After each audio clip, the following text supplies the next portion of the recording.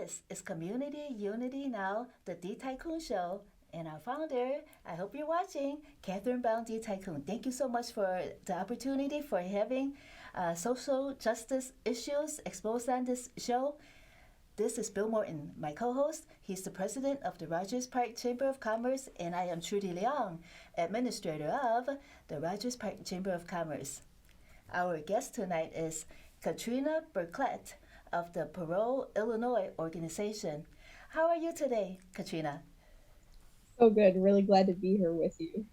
Yes, we're glad to have you. So, first of all, Katrina, let's start off with what is the main problem that Parole Illinois is trying to resolve? Primarily, we want to bring a parole system to the state of Illinois.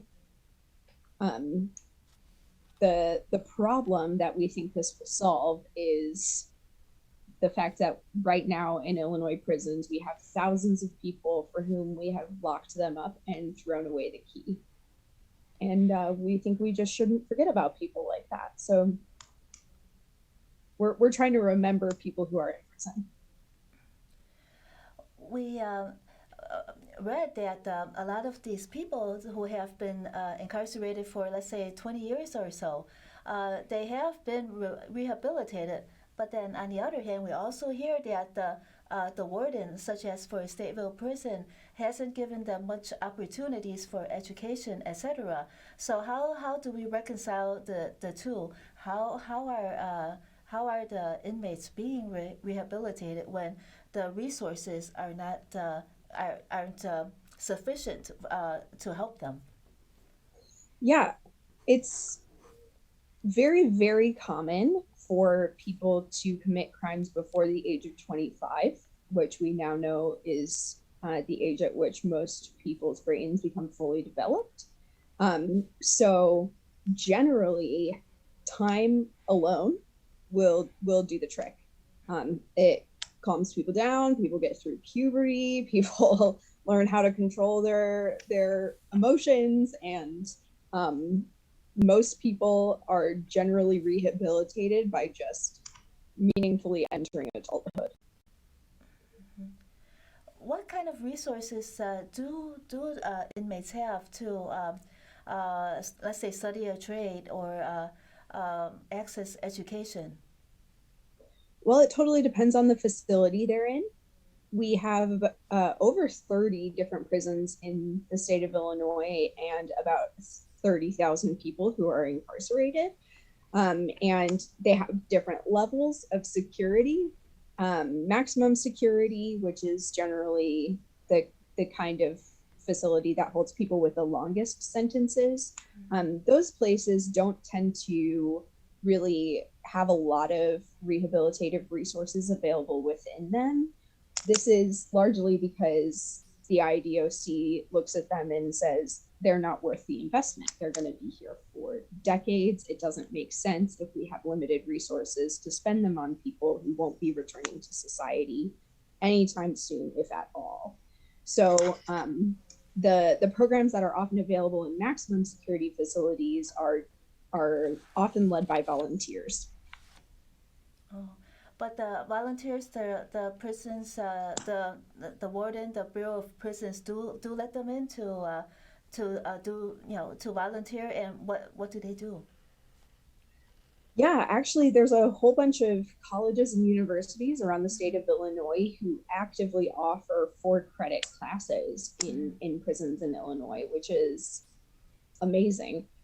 And things have been significantly rearranged and slowed down with the pandemic. Some things have moved to Zoom, which is an amazing development for people who are incarcerated. But yeah, that's Yeah, Northeastern Illinois University is one of the universities that are offering classes. I think it's called University Without Walls, and I think some of your the people that you were some of the inmates that you're trying to help, Jody, right? And he's a graduate of University Without Walls. Yeah. Through University Without Walls, some of the first people in decades in the Illinois Department of Corrections were able to graduate with bachelor's degrees. Mm-hmm. So NEIU made some serious history in Stateville Correctional Center. Mm-hmm. Let's talk a little bit about the bill, the SB 3233, the Earned Discretionary Release Bill, that aims to address this problem of people that are incarcerated and then could still become useful members of society, but they can't. They really cannot be. They the system right now is not allowing for their release. Yeah, so in the state of Illinois, we got rid of our parole system in 1978. What a parole system typically does is says, okay, you serve this certain portion of your prison sentence, whatever the judge gave you, and then we'll check in on you. We'll have this parole board that looks at you, evaluates, how much have you matured in this last amount of time, and do we think you're ready to re-enter society safely? And if they say no, then 2 years later you go back up before the same board and they check in on you again, and so on and so forth. Which to me makes a lot of sense in balancing kind of what we consider to be the two concerns of the prison system. One is obviously the enactment of justice, serving the wants of justice. If we have this idea of like cosmic balance, you caused harm, so we're gonna cause harm to you. But then the other is supposed to be the preservation of public safety. We should be considering what impact these individuals will have upon reentering society. And so when we took away the parole board, we actually said, we no longer care about safety. We don't want to evaluate people in that way. We only care about punishment. And so for the last 44 years, everyone who's come through the prison system, the only concern is, are we going to achieve our idea of justice by giving you the right amount of punishment? So in the past, it was punishment and public safety. It changed to only punishment, and the SB 3233 Earned Discretionary Release Bill is to bring back a public safety portion of this, correct? Yes. And I think there's maybe one major diverging point in our prison population when we're thinking about violent crimes and nonviolent crimes. A lot of people who are charged with nonviolent crimes have shorter prison times, and they've gotten a lot of social understanding that drug use can be a result of addiction, and you actually need mental health care, and we should provide rehabilitative services for these people, and maybe we should do like community diversion things. So a lot of people who would be spending less amounts of time in prison just as a reflection of whatever crime they were charged with have all of these like positive ideas that we've kind of adopted in society and are moving in a good direction generally. The people that we've left behind are anyone who we consider to have committed an act of violence. So the reason we made the bill the way it is, and the bill just says after serving 20 years, regardless of how long your sentence actually is, we will check in on you. This is us bringing back in the concern about public safety for this group of people, that as we've gotten more forward thinking with this half of the prison population, we're going to at least resort back to as the goodness of where we were in the 70s with this other group. What about other states? Do other states have versions of SB 3233? Is that how other states are addressing their inmates? Yes, most states never got rid of parole.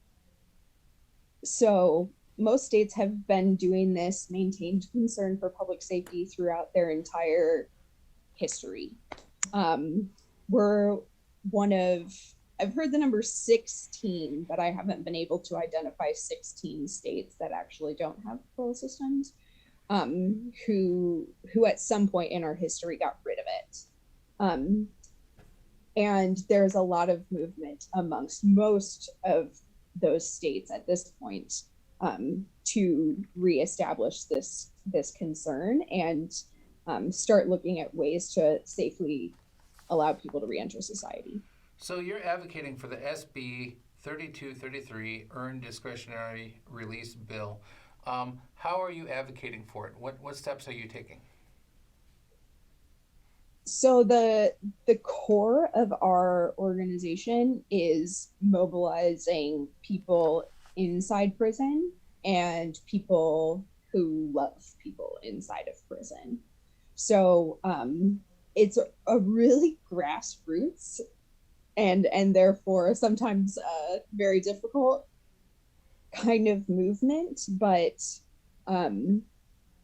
it's thousands of people who really care about this because everyone is just directly impacted. So we have brought groups of people down to Springfield to share their stories and talk to legislators about this. We have tried to just educate legislators on the need for this. Generally, we are trying to use the tools that we have to just educate the public about the fact that we don't have a parole system, because it's just bonkers to not have a parole system. So most people, as soon as they hear this, they say, oh, I thought we had that. And so for most people, on literally all points of the political spectrum, it's enough to just say we don't have one for them to be like, that seems wrong. So without the parole system, they're not getting reviewed every 2 years. They just serve their entire sentence, everybody. Yeah. What is the difference between the prisoner review board and a parole board? So the Prisoner Review Board has served as the parole board in Illinois, and they still actually serve and as the parole board for anyone who was sentenced from before 1978. So if you were grandfathered into the old system, you still retain those regular parole hearings. Today, there are about 45 individuals who have been in prison since before 1978. So those people actually regularly have parole hearings. But the Prisoner Review Board does other things now as well. When people are being released, they will set the standards and expectations for each of their mandatory supervised release, which is now 1 to 3 years of community supervision that will happen for each person who comes through the IDOC or the Illinois Department of Corrections, and just so that you maintain your status of being under state control, and they can check in on you in your regular life as well. So the Prisoner Review Board does 45 parole hearings and mostly just sets the standards for the other 30,000 people when they are reaching their release date. Are they going to be on electronic monitoring? Are they going to be restricted from movement in some way? Things like that. So you mean that those that are not part of those 35, they're still being addressed to see what those that are going to be released anyway, and then do they at least then earlier, then prisoner review board would determine how to maybe give them an early release and then how to keep track of them? Is that what you mean? They don't have the power over early releases. Just Oh. when they're released, they determine what additional restrictions they're going to face upon their return to the community. And then for what consideration does the prisoner review board have for the how that individual has been rehabilitated? Is there any assessment that they have and that they could use to judge an inmate's status?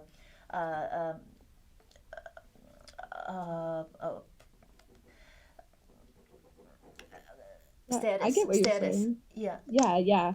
Not that they use currently, but the IDOC owns the rights to an actuarial system, which is a psychological and historically accounted for way of identifying key factors in a person's life and saying, as a result of X, Y, Z, A, B, C, yada, yada, yada, we can determine that this person is low risk, medium risk, or high risk for recidivism. So they have access to that tool and they do not use it. Why not? That's above my pay grade. And the state of the conditions right now, that the people are just staying in prison without the possibility of being released. How did that come about? Was it from the legislature? Was it from the prosecutors? How did this state come about that the parole board was abolished and that inmates are just kept there for the rest of their lives? At least the 5,000 that is mentioned a lot. Yeah, so primarily this was all driven by legislation.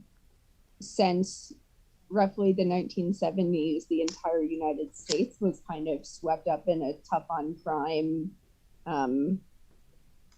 punishment happy kick. And so it was the 1970s when a lot of other states also abolished their parole systems, but then very shortly thereafter, we added penalty enhancements, which, if you're not familiar with those, it says if a certain element is present in a given crime, we're going to add time just for that element being there. So I think the most egregious one that I'm aware of, at least, is a gun enhancement. So if in Illinois you are charged with a murder charge, you have to be charged with at least 20 years of time.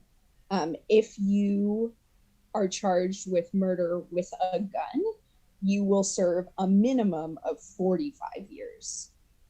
The gun charge is 25 years. It's the punishment for the gun is more than the punishment for the taking of a life. I don't get it. So those kinds of things came about. And they just lengthened sentences generally. They added a lot more crimes. We started prosecuting drug crimes. We started policing a lot of communities more. So more and more people going into prison for more and more time. The real nail in the coffin was the acceptance of truth in sentencing. The 1994 crime bill at the US level incentivized states to multiply the amount of time that people spent in prison. So until we accepted this in the mid-90s, everyone in Illinois actually served exactly 50% of their time and then was released. Again, no parole, no consideration of public safety. It was just exactly half of whatever the judge said, and then you're back in your community. But when truth in sentencing came in, they divided crimes into three major categories. nonviolent, violent, and murder. And so nonviolent crimes retained the 50% rate. Violent crimes became, you had to serve at least 85% of your time, and murder was 100%. So where all of these like years had come about with the understanding that everyone was only going to serve half of their time, we now doubled it for many of the people that we were sending to prison. Mm-hmm. Well, do you know that before, when everybody served, let's say half of their time, those that were convicted of violent crimes or murder, if they just served half of it the time and they were let out back into the street, do you have any figures if they became they were charged with other violent crimes again? I don't. That's actually a really good question, and I wish I did. I mean, people do. I can tell you what the general trends are. I know that recidivism rates for individuals who spend over 20 years in prison are the lowest across the board. I know that when people are charged with and then serve time for violent crimes, they are the group of people that is least likely to commit another crime going forward. The lion's share of recidivists are people who are doing short stints in prison for more minor crimes. So it, contrary to popular belief, the people who are spending time in prison that we tend to be scared of, that we think, oh, that person should stay in prison forever, they're actually the people who are least likely to come back to the community and commit another crime. So the minor offenders who spend the shortest amount of time are more likely to become repeat offenders than someone who spent 25, 40 or more years. Yes. With actually, if I may, that reminds me, there was one other law that really crushed us in like exploding our prison population, and that was the 3 strikes laws. So this meant, catching that group of people who would be caught for petty theft, and then go to prison, and then need to commit a petty theft again, maybe because they were being discriminated against in the job market because they are now a felon.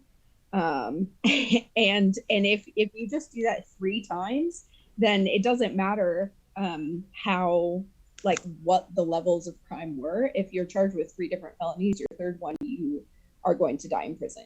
You're sentenced to life without the possibility of parole. I have a good friend. His name is Arki. He's a brilliant artist, and he was serving life in the Illinois Department of Corrections. Between the 3 crimes that he committed, he had stolen less than a total of $100. So if someone's stealing catalytic converters in Rogers Park example, and they get caught 3 times doing that crime, they get life in prison? Yep.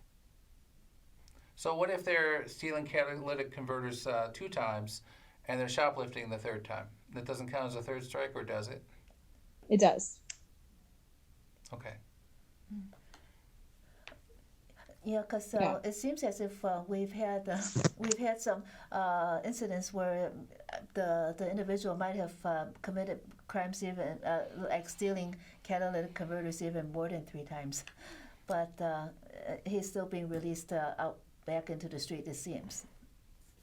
Wow. Well, it would be like if he was caught and then served time in prison, then he was caught again, served more time in prison, caught again, served more time in prison.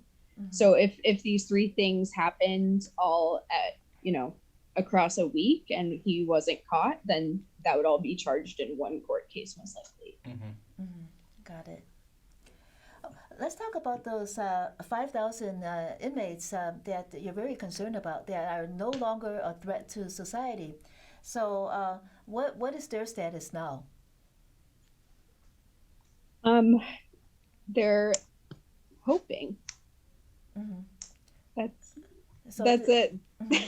so their families and they are the grassroots people that you mentioned are advocating to change the system so that they could be released. If the SB 3233 is not passed, they'll die in prison for sure. Is what you're saying, right?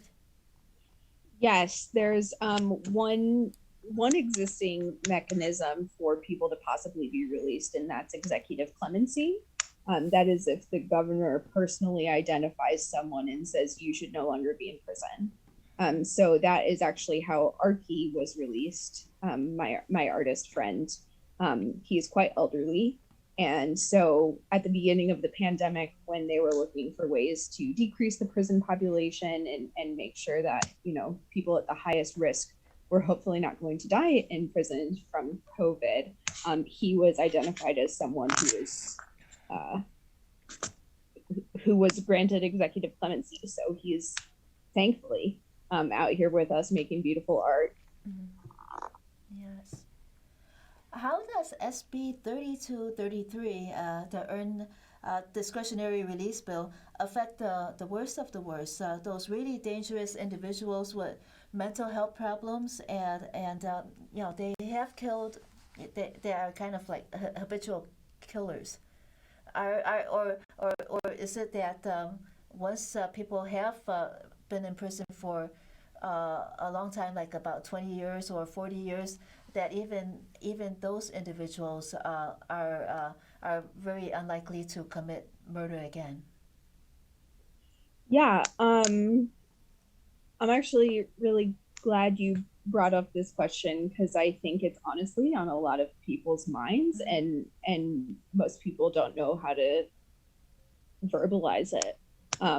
But I think if we're honest with ourselves, this idea of like a mass murderer or a serial killer or like a psychopath who is just intent on causing damage or death is like something that we really have in our minds about, people who are in prison.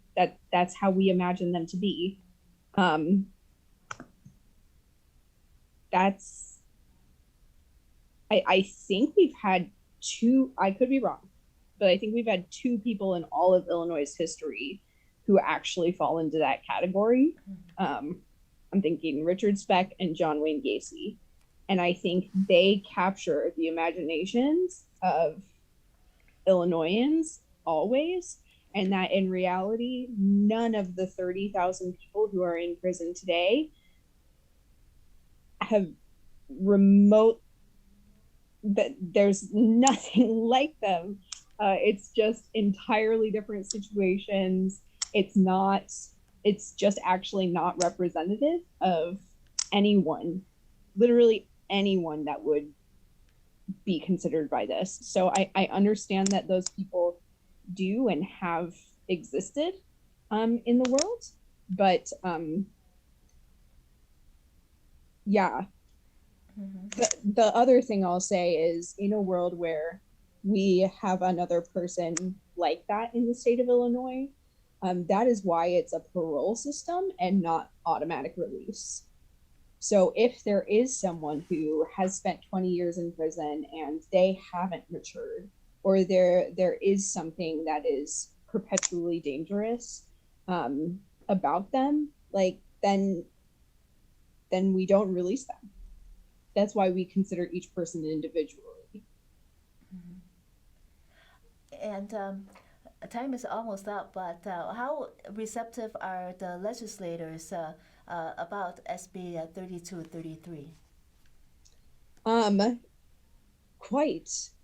There's been a lot of openness to it, mostly as we've been just getting broader education about the need for this and the normality of this and the cost savings of this. As that's been more widely known, people are hopping on board. So it's good. We're hopeful. We're hopeful that we can get this done within the next year. And if someone wants to get involved in Parole Illinois, how would they contact you? ParoleIllinois.org. we have a contact form on the website. Our fearless leader, her name is Sherry. She would receive any emails or submissions there, and we'll get back in touch with you for sure. Well, thank you so much, Katrina, for joining us on Community Unity Now. There's so much useful information, and good luck to you in your efforts to pass SB 3233, the Earned Discretionary Release Bill. This has been Community Unity Now, and this is my co-host, Bill Morton, President of the Rogers Park Chamber of Commerce, and I am Trudy Leong, Administrator of the Rogers Park Chamber of Commerce. Thank you so much for watching. Have a good night. Thank you. Thank you. Thank you.